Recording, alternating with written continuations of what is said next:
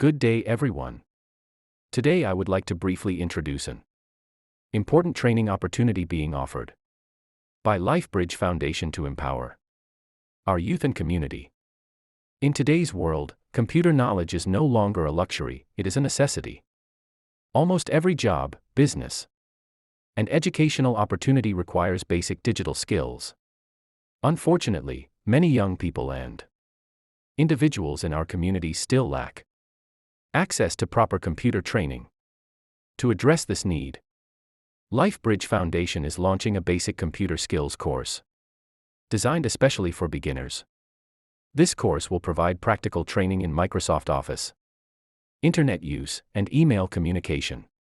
During the course, participants will learn how to operate a computer, create documents using Microsoft Word, manage data with Microsoft Excel, and prepare presentations through Microsoft PowerPoint.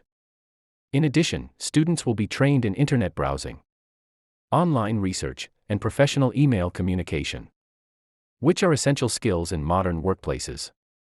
This program aims to equip students, job seekers, and community members with the digital literacy needed for employment, education, and personal development.